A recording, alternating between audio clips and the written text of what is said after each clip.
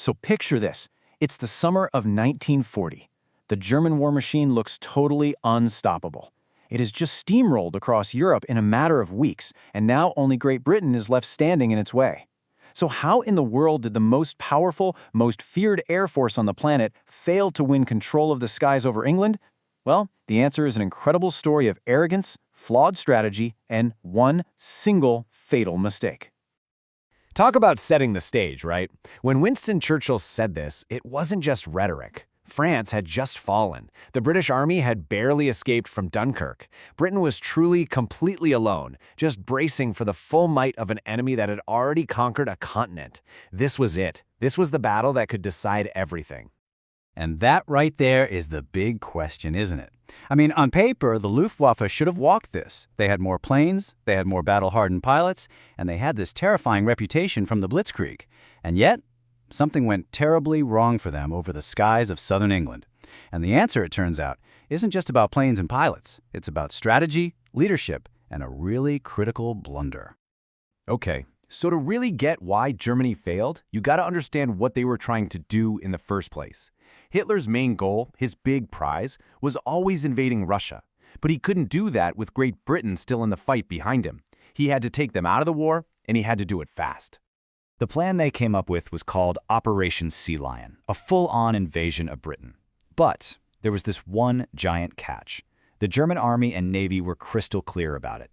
Trying to send an invasion fleet across the English Channel while the Royal Air Force was still flying would be absolute suicide. The Royal Navy would tear them to shreds. So everything, and I mean everything, depended on the Luftwaffe first destroying the RAF. The entire war plan hinged on this one air battle. All right, let's talk about the guys running the show. On one side, you've got the head of the Luftwaffe, Reich-Marshall Hermann Göring. He was flamboyant, flashy, and just oozing overconfidence. He literally boasted that he'd wipe out the RAF in just a few days. And on the other side, Air Chief Marshal Sir Hugh Dowding. The total opposite, quiet, reserved, methodical. He was the guy who built Britain's entire air defense system from the ground up. This was a classic clash of styles, and it would define the entire battle. But here's the thing about all of Göring's confidence. It was hiding a massive, fundamental flaw in the very way his air force was built, a flaw that would prove to be a deal-breaker. You see, the Luftwaffe was like the world's best sledgehammer. It was designed to be a short-range, tactical weapon, basically flying artillery to support ground troops in a fast-moving blitzkrieg. And at that, it was absolutely brilliant. But now, it was being asked to do something completely different, wage a long-range strategic bombing campaign all on its own. They were trying to perform delicate surgery with that sledgehammer. It was simply the wrong tool for the job. And this gets us to a really key idea in military strategy. It's called the center of gravity. Think of it as the enemy's linchpin, their source of strength.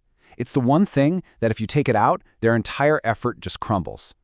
To win this battle, Göring's #1 job was to figure out what Britain's center of gravity was and then hit it with everything he had. His failure to do exactly that would cost him everything. So the battle kicks off in the summer of 1940. And, for a while there, even with all its flaws, it really looked like the Luftwaffe was going to pull it off. They were starting to grind the British down. The whole thing happened in a few key stages. First, they went after shipping in the English Channel. Then, on what they called Eagle Day, they launched massive attacks to try and lure the RAF into a decisive battle.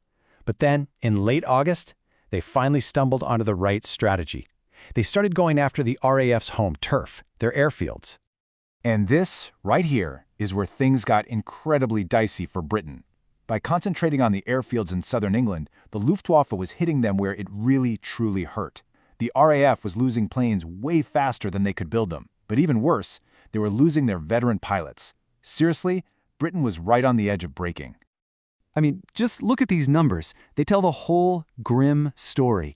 In just a 2-week span, Fighter Command lost nearly 500 fighters, and even more critically, 231 skilled pilots were killed or wounded. That was almost a quarter of their entire pilot force.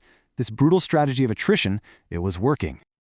So remember that center of gravity we talked about? Well, this was it. This web of airfields in the south of England, known as Group 11, was the beating heart of Britain's defense. And with every German raid, it was getting weaker and weaker. The Germans were so close to shattering it completely.